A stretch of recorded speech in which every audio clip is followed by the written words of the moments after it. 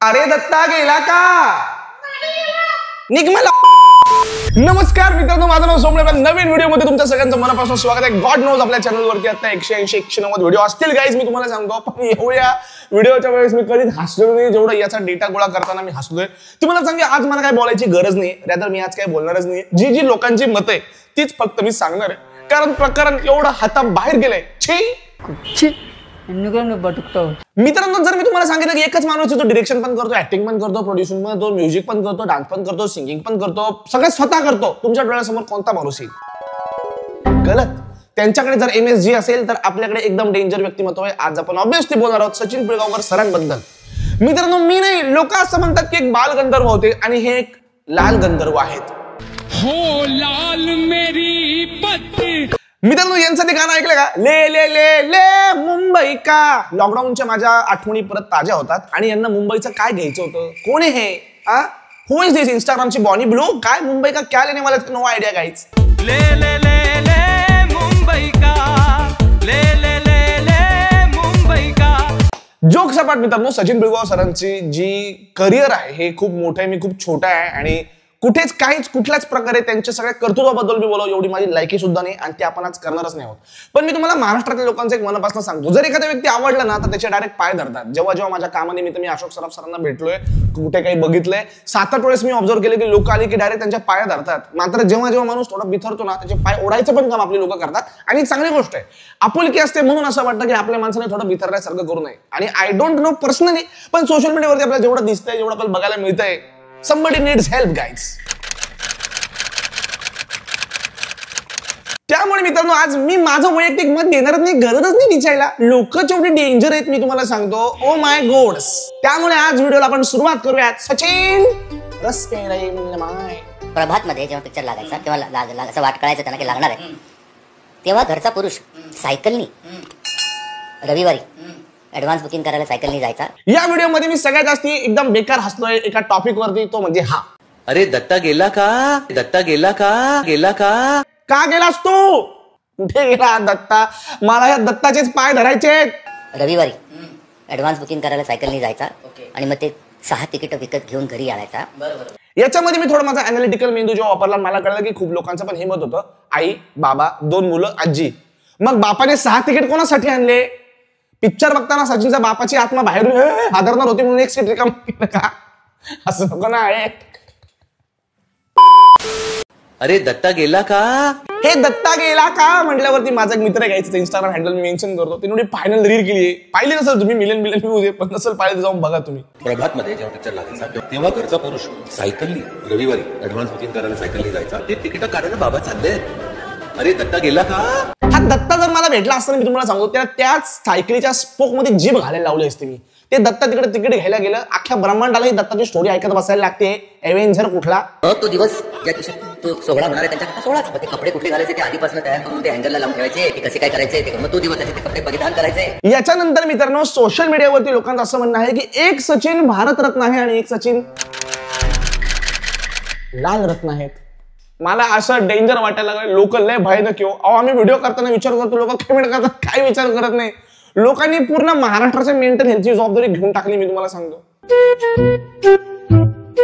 सचिनजी recently एका पॉडकास्टमध्ये असं म्हटलं की त्यांचं आणि जया बच्चन यांचं जवळचं नातं. पण मी जयाजींच्या जास्त जवळ आहे. जास्त जवळ आहे. मला प्रश्न पडला की जया बच्चन तिच्या नवऱ्याला उभं करत नाही हो, पण मग सचिनजींसोबत एवढं चांगला संबंध. मग मला कळलं की दोघं जण इक्वली हेंगरेट आहेत. अरे 1 मिनिट रुक जा यार, मेरा चष्मा तो मेरे को साफ करने दे. एका बाई मित्रांनो, यांची खूप चांगली बाजू पण आहे. एका पॉडकास्टमध्ये सचिन सर असं म्हणाले होते की आई माझ्या घरात नाही राहत, मी आईच्या घरात राहतो. मी त्यांना अनेकदा गोंदवलेला जातात असं पण बघितलंय, परिचयातील लोकांनी ऑब्झर्व पण केले. त्यामुळे personally no, I have nothing to say because I don't know, but socially there is so much to say. या पॉडकास्टमध्ये हे इतकं डेंजर बोललेत, ते खरं जरी असेल तरी माझं ढोंगण फाटलं. सर्जरीनं स्टॅपल पिना मारून शिवलं मी. शोले चित्रपट सरासरी जेव्हा आला तेव्हा यांचं वय 16 ते 17 मध्ये होतं. जेव्हा शोले चित्रपट आला तेव्हा अमजदजींचं वय 30 ते 35 वयोगटातलं असेल. अमजदची पट्टी वरच्या आवाजाची हे या मुंबईच्या मायकल जॅक्सनला कसं काय कळलं? आणि आता पण अरे तुरे करत का बरं बोलताय? अमजद कोण लहानपणी गोट्या खेळायचा चौकात? काही लोकांना असं वाटलं की अमजदचा आवाज हा गब्बर सिंगचा आवाज वाटत नाहीये. मग यांनी ह्या इंटरव्ह्यू मध्ये पुढचा बाउन्सर एवढा बेकार टाकलाय, मी तुम्हाला सांगतो की गब्बर सिंगचा आवाज वाटत नाही, त्यांचा आवाज चेंज करणार होते. रमेश सिप्पींना मी सांगितलं, Rameshji don't do that nonsense, I will teach him how to dub. खोटं वाटतं? खरंय भेंडी. तर मी being in the direction department आणि थोडासा लाडका रमेशजींचा असल्यामुळे मी त्यांना सांगितलं की असं करू नका, नहीं उसकी आवाज़ पतली लग रही है. मैंने कहा पायलट में लग रही है ना, आप भी तो फिल्म. आणि मग याच्यामध्ये सचिनजी बोलता बोलता असं बोलून गेले की जर गब्बर सिंगचा आवाज दुसऱ्या कोणीतरी डब केला असता तर अमजद खानचं करिअरच संपलं असतं. म्हणजे एका अर्थी अमजद खानचं करिअर सचिन पिळगावकरने आपल्या कवळ्या कवळ्या 16 वर्षांच्या बगलेत न आलेल्या केसाच्या खांद्यावरती उचललं होतं. आणि ते जर झालं असतं तर अमजदची करिअर फिनिश झाली असती. ज्या इन्सिडेंट्स मध्ये सचिनजी पुढे असं काहीतरी परत एकदा बाउन्सर फेकतात, मी तुम्हाला सांगतो की ज्यामध्ये ते असं बोलले की मी रमेशजींना बोललो की तुम्ही मला 3 दिवस द्या आणि मग तुम्ही डिसाईड करा. यावरती त्या मॅडम ज्या इंटरव्ह्यूवर आहेत त्यांनी जी रिएक्शन दिली आहे, एवढा लवचिक चेहरा, अद्भुत. मैंने कहा मुझे 3 दिन दीजिए, एक सीन आपको डब करके सुना देता हूँ. पहिले तर मला असं वाटतं की ज्यांनी सचिनजींची मुलाखत घेतली त्यांचाच एक वेगळा सत्कार केला पाहिजे, त्यांचाच एक जाहीर हार, श्रीफळ सगळं त्यांना पुरवलं पाहिजे. कारण एवढा भयानक इंटरव्ह्यू न हसता घेणं, सिरियस चेहरा घेऊन घेणं, it's an achievement in itself. मेरिका प्लीज. फक्त मी सकाळी त्याला 5 वाजता घ्यायला जायचो, 6 ते 7 1 तासच डबिंग करायचं. कारण सकाळी जो बेस असतो ना आवाजात, तो दिवसभरात कधीच नसतो. कधी कधी सचिनचं बोलणं ऐकल्यानंतर मला असं वाटतं की सचिन पिळगावकर यांना दादासाहेब फाळके पुरस्कार नाही, दादासाहेब फाळके सरांना सचिन पिळगावकर हा पुरस्कार भेटला असेल. अमजद खानला तर डबिंग शिकवलीच आहे, काही काळ जर अजून चाललं तर हे म्हणतील त्या बसंतीच्या घोड्याला पण मीच पळायला शिकवलं होतं, त्या टांग्याची चाकं पण मीच लावली होती, माउथ ऑर्गन बच्चनचा पण मीच वाजवला होता आणि शेवटी ठाकूरचे हात पण मीच चाटले होते. मंजिल को भूला कर जिया तो क्या जिया. यामध्ये पुढे जाऊन सचिन सर असं म्हणतात की माझ्या मागे तो अनुभव होता. यांच्या मागे 16 वर्षी कोणता अनुभव होता? काहीच. वरच्या पट्टीत नको बोलूस, खालच्या पट्टीत बोल. आवाज तुझाच ठेव, आवाज बदलू नकोस, बनावटी आवाज करू नकोस, आवाज तुझाच राहिला पाहिजे. बरोबर. कारण माझ्या मागे तो अनुभव होता जो अमजदच्या मागे नव्हता. 16-17 वर्षी पहिला पिक्चर होता आणि अमजद खान पेक्षा जास्ती अनुभव यांच्या मागे होता. म्हणजे हा अनुभव नेमका कोण होता? अनुभव नावाचा व्यक्ती होता का जो त्यांच्या मागे उभा होता? पुढे जाऊन सचिनजी म्हटलेत की मी सिंगर आहे, मला ऑक्टेव्स कळतात. I am a singer also. मला ऑक्टेव्स कळतात काय ते.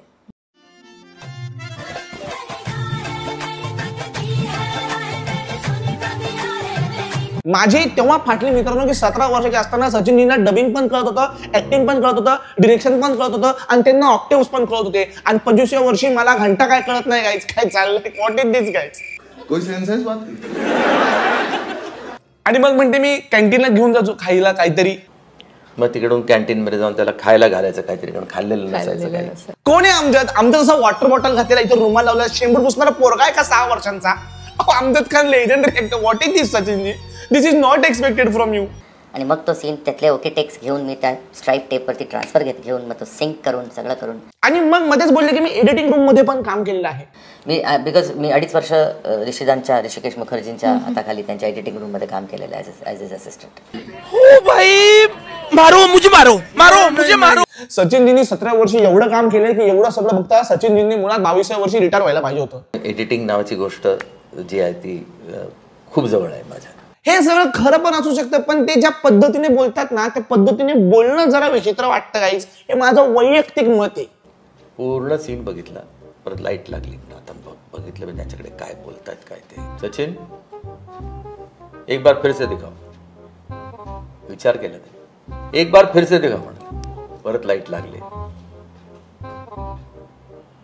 अमजद डब करेगा असं उठून निघून गेले. त्यांच्या कामाबद्दल, त्यांच्या ओव्हरऑल सगळ्या अचिव्हमेंट्स बद्दल कोणाचं काही म्हणणं नाही, पण ते ज्या पद्धतीने सांगतात ना किधर ना किधर असं लागतं की थोडासा हे विषय. नंतर तर ते डायरेक्ट जेव्हा जया बच्चन आणि अमिताभ बच्चन सरांचा विजय निघाला तेव्हा मी पहिले तर 5 मिनिटं बंद केला पॉडकास्ट गाईज. मी तोंड बिन झोडून धुवून आलो आणि मग ते परत पाहिलं, कारण ते इतकं डेंजर आहे. मी तुम्हाला सांगतो, संसार मोडून टाकणारे हा व्यक्ती कधीतरी कोणात तरी. ह्या भाईवरती मी तुम्हाला सांगतो लोकांनी एवढी डेंजर कमेंट केली आहे गाईज. इतर लोक त्यांना अमितजी म्हणतात, काही लोक बच्चन साहेब म्हणतात, मी त्यांना भाई म्हणतो. बच्चन सरांना हे भाई म्हणत असतील. मग पुढे पॉडकास्ट मध्ये असं बोललेत की मी त्यांना पब्लिक लाईफ मध्ये अमितजीच म्हणत असतो, पण मग पर्सनल लाईफ मध्ये मी त्यांना भाई म्हणतो, मग हे पब्लिकच्या पॉडकास्ट मध्ये कशाला बोलले? का करता असं सचिनचं? Because I am her blue eyed boy. वो जो ऐसा बोले ना कि मैं जया बच्चन जी का ब्लू आइड बॉय हूँ, बुच्चन जी तुम्हाला आज मी स्वतःहून बोलवतो, तुम्ही या. सोहम जी, ये बहुत अफसोस की बात है, यहाँ पर मर्यादा का उल्लंघन हो रहा है. तुम्ही असे गैरे गैरे शब्द नका वापरू, थोडंसं सिंपल भाषेमध्ये सांगा काय मॅटर झालाय. बात ऐसी है सोहम जी कि पहले रेखा चली गई, ये भी सचिन के साथ हैम्पर्ड जोन में है. मैं तो बस यशराज के वीडियोस में ही रह गया हूँ सोहम जी. अरे ऐसा नाहीये बुच्चन जी, तुम तो डुप्लिकेट हो. एवढा लोड काऊन घेऊ राहील तुम्ही? मैं सोच रहा हूँ कि मैं एक फिल्म बनाऊं पति पत्नी और पिलगांवकर नाम से. उसमें मैंने मेरा रोल काट दिया है क्योंकि पत्नी को पिलगांवकर पैम्पर कर रहा है. तुम्ही ले दर्दी वागू राहिले बुच्चन जी, ऐसा मॅटर नाहीये बाबा. सोहम जी, मी तर समजी राहील तू जया मनी अनमोल रतन शे, पण ह्या तर सत्य पे सत्ताना जागावर सत्य पे सौतन करी राहिला. अब तुम्ही लय ओव्हरथिंक करता डुप्लिकेट असून, थोड़ा नॅचरल रहा ना. व्हॉट इज दिस? नहीं सोहम जी नहीं, अगले साल ये बोलेंगे वीरू को घोड़ा चलाना मैंने सिखाया था, उसके बाद बोलेंगे कि बसंती का टांगा भी मैं खुद था. हाँ वो तो थोड़ा फार हम एग्री कर सकते हैं इसके ऊपर. बाद में बोलेंगे ठाकुर की बीवी मैं था, बाद में बोलेंगे गब्बर के चाचा के भतीजे भी मैं था. ऐसा थोड़ी होता है सोहम जी. वो सब जान दो, लेकिन तुम्हारा बॉन्डिंग तो है ना बुच्चन जी. वो बोले भाई भी विषय डायरेक्ट. सोहम जी, बॉन्डिंग हो सकता है, लेकिन अगर कोई बोले कि शोले के डबिंग कोच ही हम थे तो बॉन्डिंग नहीं बर्निंग हो जाता है सोहम जी, बर्निंग हो जाता है. हे जया बच्चनचे ब्लू व्हाईट बॉय आहेत. अहो ती बाई नवऱ्याला उभं करणे, अहो नवरा जाऊ द्या, ते उपराष्ट्रपतींना काही पण बोलत होते सदनामध्ये. What is going on? Jaya बच्चनची एवढी दहशत आहे मित्रांनो की जया बच्चन असे उभे राहतात आणि त्यांच्या अवतीभोवती वडाचं झाड 7 वेळेस फेऱ्या घेतं. एवढे त्यांचा दबदबा दरारा आहे.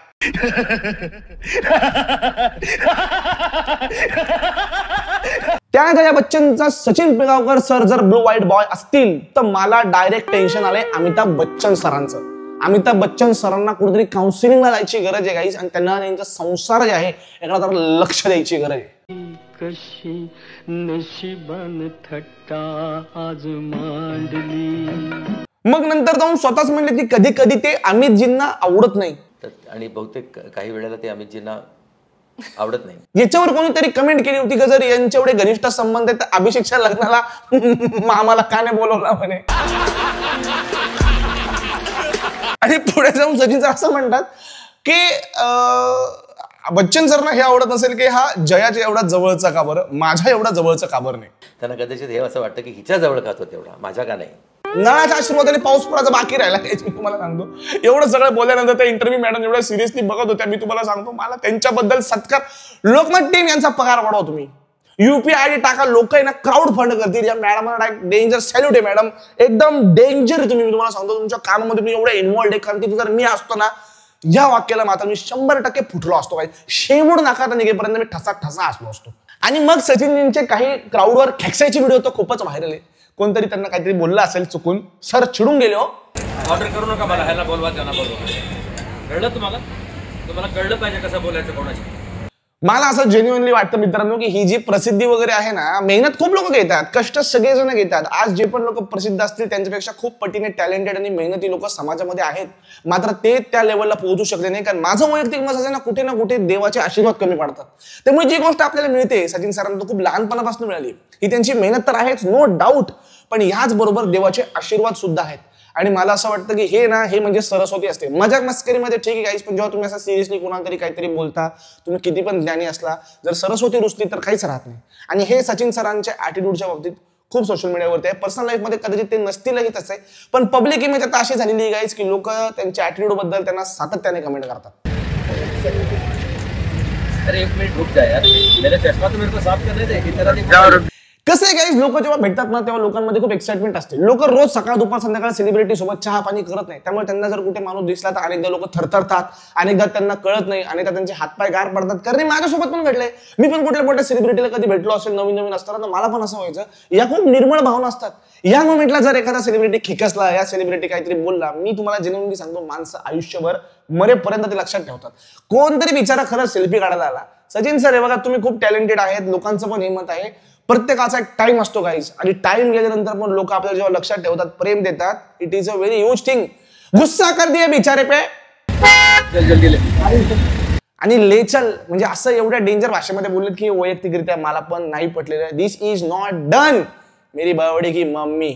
जसं मी सांगितलं, हे सगळं खूप देवाचे उपकार आहेत सगळ्यांमध्ये, ज्यांना थोडेफार प्रमाणामध्ये प्रसिद्धी मिळते, आणि हीच लोक आहेत ज्यांच्यामुळे माणूस घडतो, हीच लोक आहेत ज्यांच्यामुळे समाजामध्ये थोडीफार इज्जत भेटते, नाही का भाई, चंदा पाणी मिळतंय. याच लोकांच्या जीवावरती मोठं झाल्यानंतर अशा प्रकारचं कर मी समजू शकतो. कधीतरी सेलिब्रिटी लोकांचे पण वाईट दिवस असतील, घरी भांडण झालेलं असेल, मूड खराब असेल, पण मग this is where we need to make a difference. This is where a person of his stature should be able to make a difference असं मला वाटतं. तो येतो गलत हो गया गाइस. जाता जाता मनापासून मला तुम्हाला हे सांगायचं आहे की joke apart, keeping the video aside, माझं वैयक्तिक मत असं आहे मित्रांनो, हे बघा कसा विषय असतो. मराठी लोक जे आहेत नाही खरंच खूप चांगली आणि भोळी पण आहेत. साऊथ मध्ये आणि मराठीमध्ये हा प्रमाण तुम्हाला खूप मोठ्या प्रमाणामध्ये दिसेल. एखादा माणूस जर आवडला त्याला आपलंसं करतात, त्याला अक्षरशः देव करतात. अशोक सराफांना सगळेजण लाडाने मामा म्हणतात. लक्ष सर अजूनही सगळ्यांच्या लक्षात आहे. मला असं वाटतं ना की अशा सगळ्या फेजमध्ये लोक बऱ्याचदा आपल्या चुकांची पण आपल्याला जाणीव करून देतात. सगळ्यांना करून देतात. सगळी माणसं आहेत, सगळेजण कुठे ना कुठे चुकतात कधी ना कधी. मला असं वाटतं मी चुकलो असेल, तुमच्यापैकी अनेकांनी मला त्याची जाणीव करून दिली असेल, तुम्ही चुकले असाल, कोणतरी तुम्हाला जाणीव करून दिली असेल. हे जाणीव करून देणारे लोक नाही खरंच आपलीशी असतात. ते तुम्हाला आपलंसं करतात. नाही तर कोणी आयुष्यामध्ये काही जरी केलं तरी काय फरक पडतो तुम्ही मला सांगा. या व्हिडिओचा सगळा डेटा काढत असताना काही कमेंट्स मी लिटरली अशा पण बघितल्या जेव्हा लोकांनी खूप तळतळीने सांगितलंय की सचिन सर आम्ही तुमचे खरंच खूप मोठे फॅन आहोत, तुम्ही थोडंसं कधीतरी इंट्रोस्पेक्ट करा, आम्हाला तुम्हाला असं खरंच बघवत नाही. त्यामुळे मला असं वाटतं की शिकणं ही कॉन्स्टंट प्रक्रिया असते. जोक सपाट किती पण आपण जोक वगैरे हजी मजाक मस्करीचा मीटर केला तरी पण मला असं वाटतं की this is a very honest opinion. Anyways guys, भेटूया आपल्या पुढच्या व्हिडिओमध्ये. पुढच्या व्हिडिओला थोडासा टाइम लागू शकतो गाइस, 2-3 दिन आगे पीछे हो सकता है. काय हो सकता है तुमको वीडियो आने के बाद समझ में आएगा. लेकिन टिल देन हा व्हिडिओ कसा वाटला मला कमेंट सेक्शन मध्ये सांगायला विसरू नका. काळजी घ्या. Good bye.